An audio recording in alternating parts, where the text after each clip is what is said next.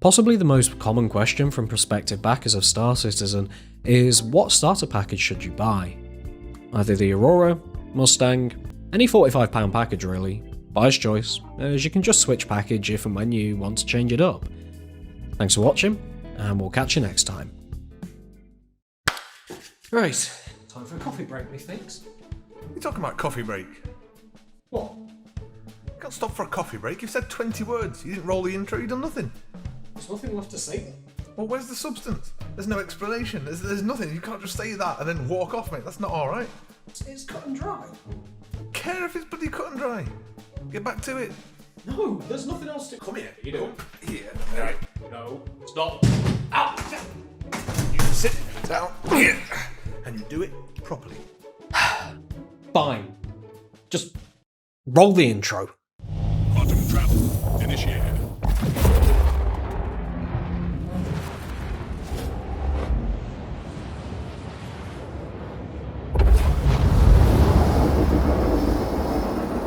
The starter package then. As already stated, we would only ever recommend that you begin with one of the £45, that's $54, starter packages. But Sean, I hear you shout. Everyone says that the Avenger Titan is the best starter ship in the game. Hell, you fly the Avenger Titan. Isn't that a little bit hypocritical? Whilst I fly the Avenger Titan now, it should be made clear that I didn't start with it. In fact, I started in the Aurora, and upgraded to the Titan after about 6 months. But why start with the Aurora when the Avenger Titan's only an extra £20? You could even go for a Cutlass Black for an extra $65 and take some friends along. Well, let's address that. It cannot be denied that the Avenger Titan is the best starter ship in the game. In fact, it's one of the best single-seaters period, with the 300 series in close second in my opinion. But the best doesn't make it the be-all end-all. An Aurora, which is the starter I personally recommend, can do everything that an Avenger can do. It can carry cargo, it can do box missions, it can pick up your buddy who got stranded in the middle of space, it can dogfight. Sure, the Avenger does all of this better, but the Aurora still does it. Keep that in mind for a moment whilst I address the other elephants in the room, and that's that Star Citizen isn't for everyone, especially in its current state. Let's assume for a moment that you buy into Star Citizen. You play for 20 hours or so before deciding, you know what, I see what they're doing, but this isn't for me, and so you stop playing. If you bought the basic starter package, then you've spent £45 and gotten 20 hours from it. Not a terrible trade-off all in all. Now let's say you bought an Avenger, or a Cutlass.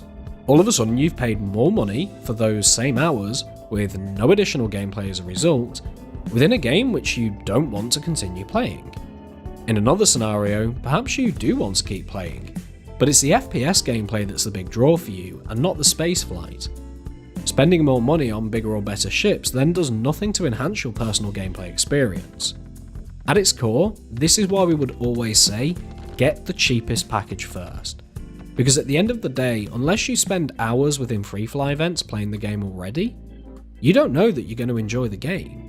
Even if you have, you can always upgrade to another ship later if so desired. Okay, so let's say you go and get a basic starter package then, using my referral code down in the description of course. When, if ever, should you upgrade? Here's where it gets very much opinionated, and depending on who you ask, the answer will be different. However, the answer in my view is only when you both decide that you're in it for the long haul and wish to further back the project. When I decided to upgrade to the Titan, I considered how much time I had spent in the game versus what I had thus far paid, and whether or not what CIG was doing justified me further funding the project. On that basis, I felt it was reasonable to spend an extra £10, the Titan was on sale at the time, in order to upgrade my ship. On the flip side, I really want an Aegis Saber. It's a fantastic fighter, looks gorgeous, and as someone who mostly bounty hunts, it's the perfect ship. At an additional £150, I can afford to buy it right now. But in my eyes at this time, CIG haven't yet shown enough for me to justify pledging that much additional money towards the project. I also really want an A2 Hercules. I mean, who doesn't want to drop Moabs and Tonks on their enemies' heads, right? But I certainly cannot justify a £700 pledge. Not now, or probably ever. For that reason, at this time, I will only ever buy these with in-game currency.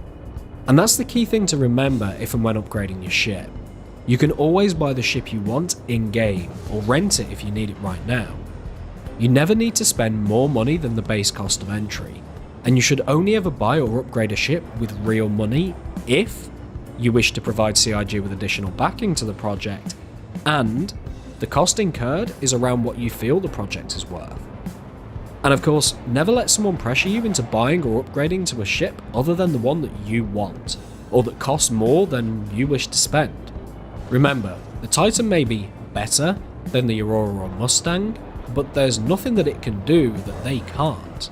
If you want one of them, then get one of them. Of course, if you feel the project is truly worth £110 of your money, then by all means, get that Cutlass you've been eyeing up. Just maybe try one of the starter packages first. Let us know your thoughts down below, and let us know what other videos you'd like to see from us, both on Star Citizen and on other subjects. And with that, we thank you for watching, and we'll catch y'all next time.